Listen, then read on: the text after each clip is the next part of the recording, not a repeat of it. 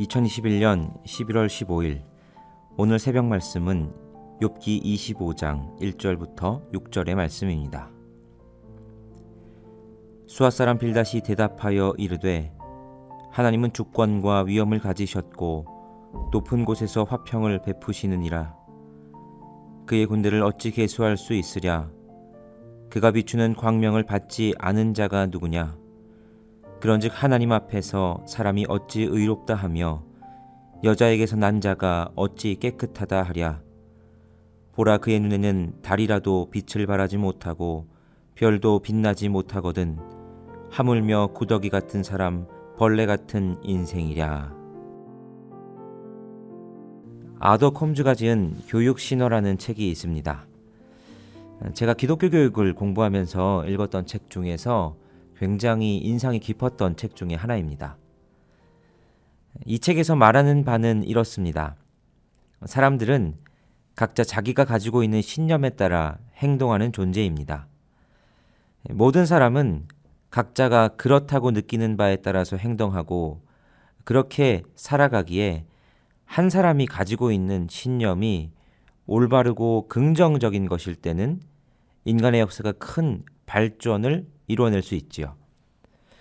노예 해방을 이뤄낸 링컨이나 흑인의 인권을 위해 노력했던 마틴 루터 킹과 같은 사람이 그런 경우입니다. 그러나 반대로 한 사람이 가진 신념이 거짓되고 부정적일 때 인간의 역사는 발전할 수 없고 희망은 좌절되고 인간의 삶 그 자체가 마비될 수도 있습니다. 나치 정권을 이끌었던 아돌프 히틀러 같은 사람이 그런 경우이지요. 이들은 자기 스스로 다 옳다고 생각하는 신념을 가지고 행동했던 사람들입니다. 그러나 그것을 제대로 따져봤을 때 옳았던 것과 옳지 않았던 신념의 결과는 매우 달랐습니다. 그러므로 우리는 늘 우리가 가지고 있는 신념을 점검해 보아야 합니다. 우리 개인이 가지고 있는 신념뿐 아니라 우리 사회가 공통적으로 통용하고 있는 신념에 대해서도 우리는 진짜 그게 늘 옳은 것인가 하는 물음을 가질 필요가 있습니다. 교육신화라는 이 책에서는 신화를 이렇게 정의합니다. 신화란 말은 참이 아님에도 불구하고 사람들에 의해 참인 것으로 널리 받아들여지고 있는 신념입니다. 이것이 참이 아님에도 불구하고 사람들은 이 신념을 붙들고 행동하기에 우리 사회에 큰 위해를 초래하기도 하지요. 그런 신화는 이런 특징이 있습니다. 첫째, 보편적으로 모든 사람들이 이것을 옳다고 믿고 있으며, 둘째로 이것 아니면 저것, 이런 양자택일의 구조로 이루어진 것들이 많습니다. 셋째로 이 부분이 중요한데요. 다소간의 참을 부분적으로 내포하고 있습니다. 그러니까 전체적으로는 옳은 것이 아닌데 부분적으로는 맞는 것들이 포함되어 있어서 사람들은 이것이 옳다고 오해하기 쉽습니다. 넷째로 이 신화라는 것은 우리가 선호하는 행동을 지원하고 합리화시켜 줍니다. 다섯째로 거의 모든 사회에서 신화는 관습 또는 이상적인 제도화를 통하여서 고결한 것으로 받아들여지는 경우가 많기 때문에 결코 의문을 제기하거나 검토의 대상이 될 수 없는 경우가 많습니다. 인간의 역사 속에서 노예 제도가 그러했고 남녀 평등의 문제가 그러했고 산업화 속에서 자연에 대한 착취가 그러했죠. 그 외에도 우리는 지금도 경쟁 사회 속에서 당연히 경쟁이 긍정적이기만 한 것으로 받아들여지며 무한 경쟁의 시대를 당연하게 여기며 살고 있습니다. 그런데 이러한 이야기는 단순히 우리가 세상을 살아가는 이야기에 국한된 것이 아니라 우리 신앙생활에 있어서도 똑같이 적용될 때가 많이 있습니다.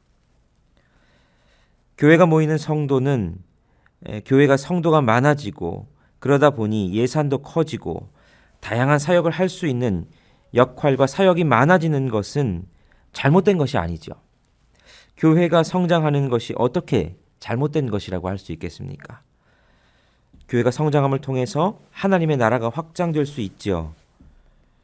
그런데 교회의 성장, 그러니까 교인이 많아지고 예산이 늘어나고 교회에서 하는 다양한 사역들이 많아지는 것이 반드시 하나님의 나라가 확장되는 것이고, 그것이 하나님께서 축복하신 증거이고, 그것이 반드시 하나님의 뜻과 일치한다고 일반화시키면 그건 문제가 됩니다. 교회가 성장하는 게 하나님의 뜻일 수도 있고, 그것을 통해 하나님께서 일하실 수 있다는 것은 사실이지만, 그러니 어떻게든 교회는 성장해야 하고, 성장하는 것만이 하나님의 축복의 증거이고 하나님 앞에서 올바로 가는 길이라 섣부르게 일반화하면 그것은 앞서 말씀드린 신화가 될 수 있습니다. 오늘날 번영신앙, 또 성공에 대한 강박, 이런 게 교회 안에 들어와서 하나님의 일이라면 과정이 어떻게 되었건 무엇이든 성공하고 잘 되고 커져야 한다 생각하게 하는 것이 우리의 현실입니다. 그것이 하나님께 은혜 받은 증거이고 하나님이 기뻐하시는 증거라 생각을 합니다.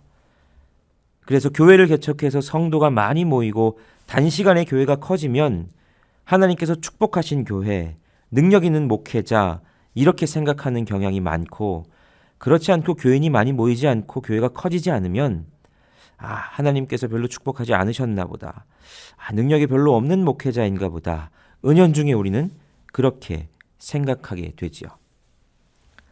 더 문제는 그런 행동들이 하나님의 이름으로 이루어지게 되는 경우도 있다는 겁니다. 하나님의 뜻이라고 마음대로 갖다 붙이는 일들이 너무 빈번하게 일어납니다. 교회가 세상의 법을 어기면서 교회의 건축을 하고 교회의 일들을 처리하면서 결과만 내었으면 모든 것을 그냥 하나님이 하셨다 덮어놓고 이렇게 말합니다. 미리 정해놓은 법과 질서들을 어기고 자기들이 편한 대로 해놓고서는 그것을 하나님의 은혜였다라고 말합니다. 그리고 그것에 대해서 지적하면 은혜가 없다, 너 왜 이렇게 은혜가 없냐, 이렇게 이야기합니다. 근데 문제는 생각보다 훨씬 많은 이들이 그런 것들을 용납하고 용납하는 것을 넘어서서 그렇게 하는 것이 맞다고 동조한다는 사실입니다. 그런 게 우리에게 신화로 되어버린 것들이죠. 개인의 신앙에 있어서도 마찬가지입니다. 불법과 편법으로 부를 축적하면서도 그 부를 가지고 하나님의 일을 하면 하나님이 기뻐하신다 이야기합니다. 교회에서는 그렇게 열심히 기도하고 예배란 예배는 빠지지도 않는데 삶의 자리로 돌아가면 주변 사람들과 불화와 반목을 거듭하고 너무나도 이기적인 사람으로 살아갑니다. 이런 모습이 우리에게도 있죠.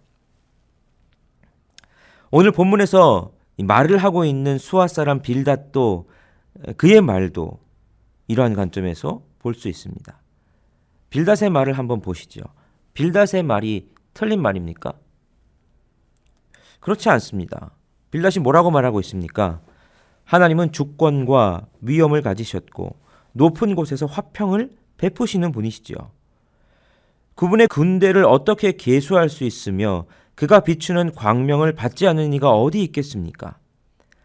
그러므로 하나님 앞에서 감히 자신을 의롭다고 할 수 있겠으며 인간이 어찌 자신이 깨끗하다 자부할 수 있겠습니까? 달이, 별이 아무리 밝다고 자랑해도 우리 하나님 앞에서 비길 수 있겠습니까? 하물며 우리 인생이 하나님 앞에서 감히 견줄 수나 있겠습니까? 이런 빌닷의 말은 옳습니다. 참이지요. 그런데 이 참인 말을 어떤 맥락에서 하고 있는 겁니까? 이 참된 말을 빌려서 자신의 잘못된 사상을 합리화하려는 그 근거로 쓰고 있는 겁니다. 이런 하나님이신데 네가 그 앞에 잘못한 게 없겠느냐고 욥을 비난하려고 쓰는 겁니다. 분명 잘못한 게 있으니 네가 이런 고난을 당한 것이라는 자신의 인과응보 사상을 위한 근거로 하나님의 참된 이 속성들을 쓰고 있는 거죠. 그러므로 빌닷의 이 말은 틀렸습니다.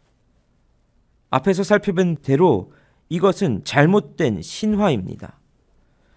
그런데 빌닷만이 아니라 앞에서 우리가 본 엘리바스, 소발 모두가 다 자신들의 신념인 인과응보라는 이 신화를 위해 여러 가지 하나님에 대한 지식을 가지고 자신들의 신념을 욥에게 주입시키고 욥을 판단하고 욥의 고난을 해석함으로 욥에게 고통을 주고 있는 것을 우리는 보게 됩니다. 하나님의 뜻이라는 핑계를 가지고 한 사람을 괴롭히고 있는 잘못된 신앙의 모습을 우리는 볼 수 있습니다. 우리가 하나님의 말씀을 더 공부하고 하나님의 말씀을 올바로 알기 위해 힘써야 하는 이유가 여기에 있습니다. 우리는 말씀을 대할 때 모두가 다 자신만의 세계관, 가치관을 가지고 말씀을 대합니다. 그리고 자신의 기준 위에서 말씀을 해석하지요. 그래서 때로는 말씀의 의미를 전혀 다르게 곡해할 때도 있습니다.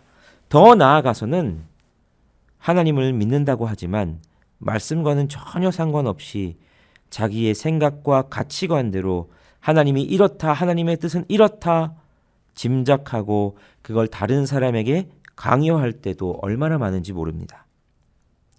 교회가 당연히 이래야지, 예배가 당연히 이래야지, 기도는 당연히 이래야지, 봉사는 당연히 이렇게 해야지, 목사면 장로면 권사면 집사면 이뤄야지. 교회가 뭐 이래 하는 것들이 우리에게 있죠. 그러나 정작 주님이 내 형제를 내 몸과 같이 사랑하라 하신 이 말씀에는 전혀 반응하지 못하고 있는 자신의 모습은 보지 못하는 것이 우리의 현실입니다.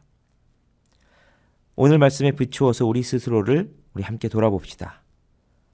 우리 속에는 스스로 참으로 이것이 참된 것이라 포장하여 진리가 아닌 것을 고수하며 진리가 아닌 신화를 가지고 남을 판단하고 남에게 상처 주는 모습은 없습니까? 말씀이 아닌 내 상식을 붙들고 그것이 진리인 줄 착각하고 있는 모습은 없습니까? 오늘도 말씀의 거울 앞에 우리를 비춰보아 우리 안에 있는 거짓과 거짓된 상식들과 거짓된 가치들을 버리고 하나님의 말씀을 붙들고 진리로 세상을 살리는 주의 백성들이 되시기를 간절히 소원합니다. 함께 기도하시겠습니다. 하나님 아버지 감사합니다. 오늘도 새벽부터 우리를 깨우시고 주의 말씀의 거울 앞에 우리를 점검하게 하시니 감사합니다. 욥의 친구들처럼 우리는 우리의 생각과 경험과 가치관을 가지고 남을 판단하고 강요하려 했던 모습들이 있지는 않은지 우리 스스로를 돌아봅니다. 말씀으로 우리를 보면 볼수록 우리의 연약함이 보여 힘이 듭니다. 하지만 오늘도 우리를 온전케 하시고 인도하시는 주님의 약속을 붙들고 다시 힘을 내어 걸어가오니 주님 우리를 붙들어 주옵소서.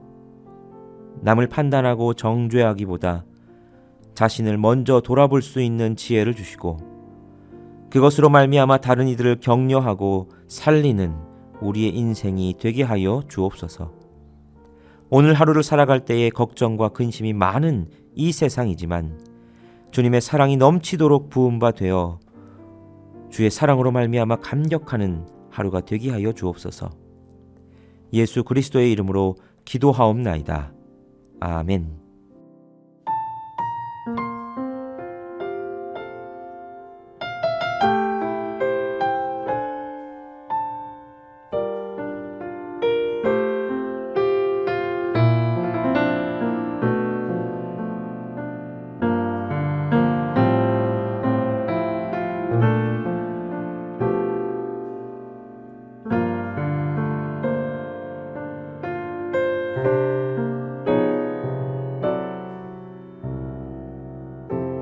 삶의 작은 일에도 그 마음을 알기 원하는 그 길, 그 좁은 길로 가기 원해.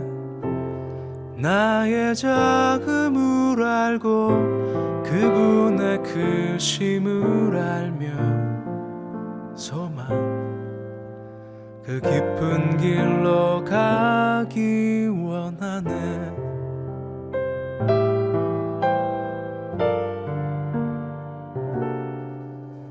저 높이 솟은 산이 되기보다 여기 오름직한 동산이 되길 내가 아는 길만 비추기보다는 누군가의 길을 비춰준다면 내가 노래하듯이 또 내가 얘기하듯이 살길 난 그렇게 죽기 원하네.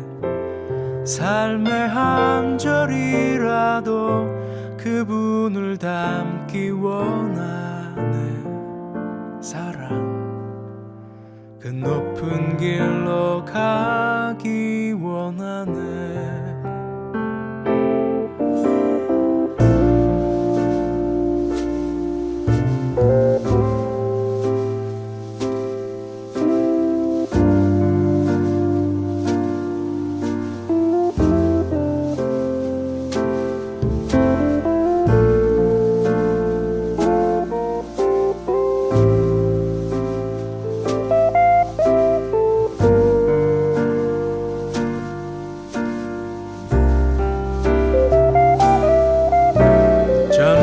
솟은 산이 되기보다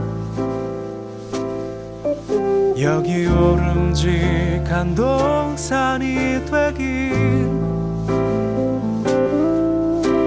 내가 아는 길만 비추기보다는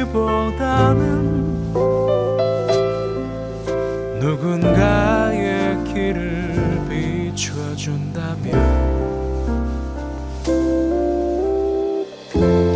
내가 노래하듯이 또 내가 얘기하듯이 살길 난 그렇게 죽기 원하네. 삶의 한 절이라도 그분을 닮기 원하네. 사랑 그 좁은 길로 가기 원하네. 그 깊은 길로 가기 원하네.